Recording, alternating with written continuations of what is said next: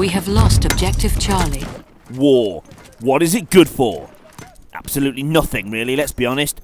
Sadly, it doesn't stop it happening, and even though glorifying it's not a great thing, DICE and Battlefield returns, and it is a hell of a lot of fun. And no one does war better and more bombastic than the DICE boys over at EA. Now, Battlefield 1 and this work-in-progress beta has now been launched across PS4, Xbox One and of course the PC. And here I dive into it on Xbox One S, the PS4 and two PCs, the GTX 970 i5 machine and also my FX 8350 and GTX 750 Ti. I will return with a look at AMD hardware when I have more time.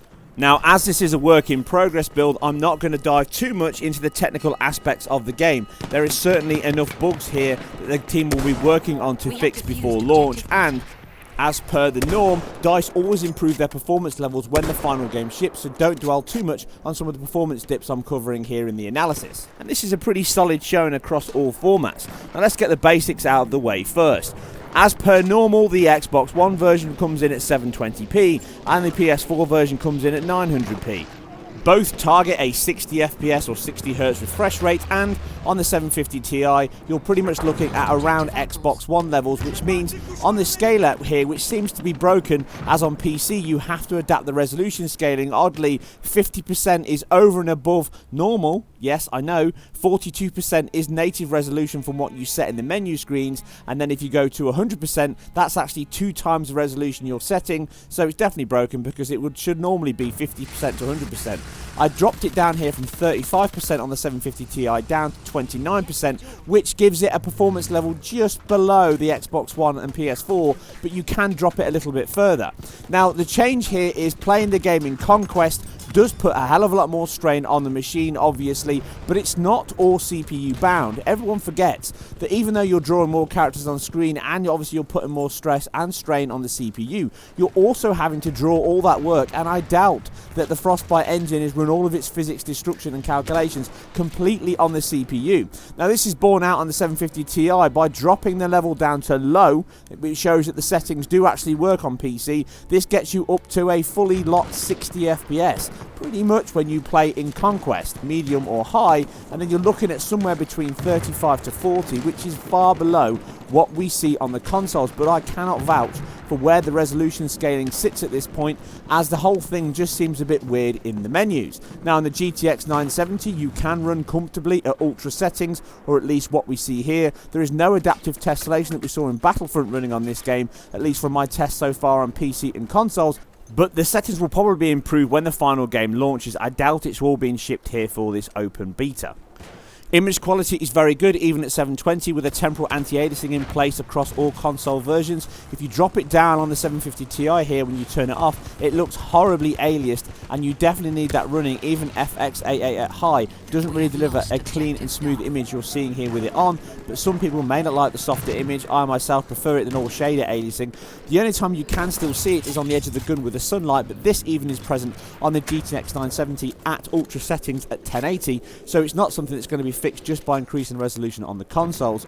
Thankfully, PC isn't the only place we see options, with them now becoming more common on consoles, and yet again here, as we saw with Mirror's Edge and Doom, you can increase your FOV in both vehicles and first person, which you can go straight to GoPro fisheye lens or my preferred level of 75%. The choice is yours, and performance doesn't look to be affected by it at all.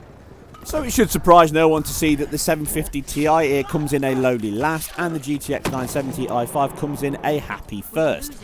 But that said, the ultra settings that are flicked on in the menu here are doubtfully ultra settings, with shadow resolution and filtering not a huge leap over the console level. From a quick look, and I've not spent too much time looking at this, I'm guessing around medium to high settings for my comparison here on consoles, and if you equal that on the GTX 750, it doesn't meet the same requirements and performance metrics. The meat of the visual effects are all here, with obviously a decent motion blur implementation on camera and per object, along with the temporal anti-aliasing solution and the blur and doff effect on the camera and background as you play. And this obviously includes all the alpha effects and pyrotechnics, along with the weather effects as the sandstorm blows in, reducing your visibility and making airstrikes and combat in the air completely pointless and very hard to see on the ground. Also equal across all versions is the epic action, allowing you to blow buildings down or walls, along with the tessellated displacement map floors, allowing you to blow holes and divots to hide in from impending death. The chaotic action is as good and bombastic across all versions.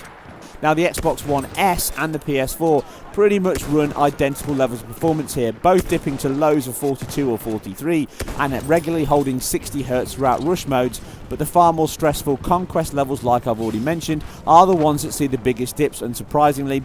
But I'm pretty sure that'll be fixed and improved when the final game launches. Now, in terms of the servers itself, I had a few issues early on, but this is a test, so this is the kind of things you'd expect. The 30 Hz rate servers are still a little problematic. The tick rate is a little low, and you still get obviously hit marker issues, dying around corners, and shooting people that doesn't actually count. And I'm a little frustrated with some of the underpowered weapons. The sniper rifle can feel a little underpowered, and it really is the only weapon that consistently works, but you do get situations where you shoot people 3 or 4 times and they still don't die. Now, on PC, it unsurprisingly turns into a snipe fest, and you can find yourself in Death Alley, spawning in front of others being shot, which is really frustrating when it happens, and I wish they'd randomise the spawn points, or at least give you some kind of spawn protection to stop that from happening. This obviously can still occur on consoles, but because less people snipe, it doesn't feel as bad. What is consistent though is people not using their classes and tank. When you get some clown on your team who jumps in the tank and uses it for a Sunday drive, meanwhile you're being completely obliterated and destroyed by the other team who's using their tank to dominate the flags and capture all the areas. It does make the game incredibly difficult sometimes. So again, this is still a squad-based game, and it would work much better if you've got 4 or 5 mates in a team that you can group together and play collectively, and this seems far more common from my test so far on PC, that is happening a lot less on the console releases.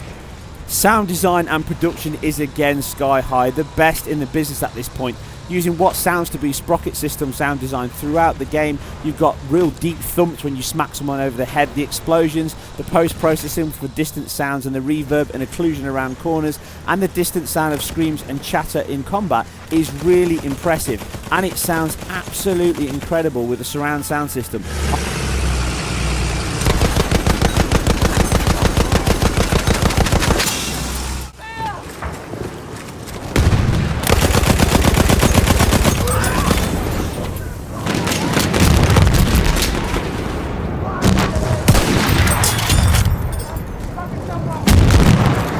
Really is incredible. I'm looking forward to a single player, even if I'm keeping my expectations of the story low at this point.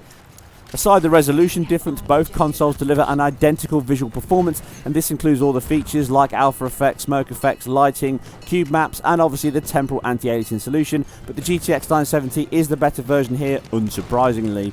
But therefore, you can choose what you want with the final game. I'm a little sad there's no more than one map here. I wish they'd added another one because it can get a little stale and boring after a few hours, but I am enjoying my time with it. But there is a lot of bugs here to fix, and I still think the same issues with the server tick rate and hitbox markers are still an issue, even if the sound design and overall visual quality is the best DICE have delivered thus far. Anyway, if you enjoyed this, please leave a like and subscribe below. Please support the channel by sharing and subscribing, and if you have any feedback or thoughts, leave them in the comments section, and I'll see you very soon on the next one. The enemy has armed objective butter.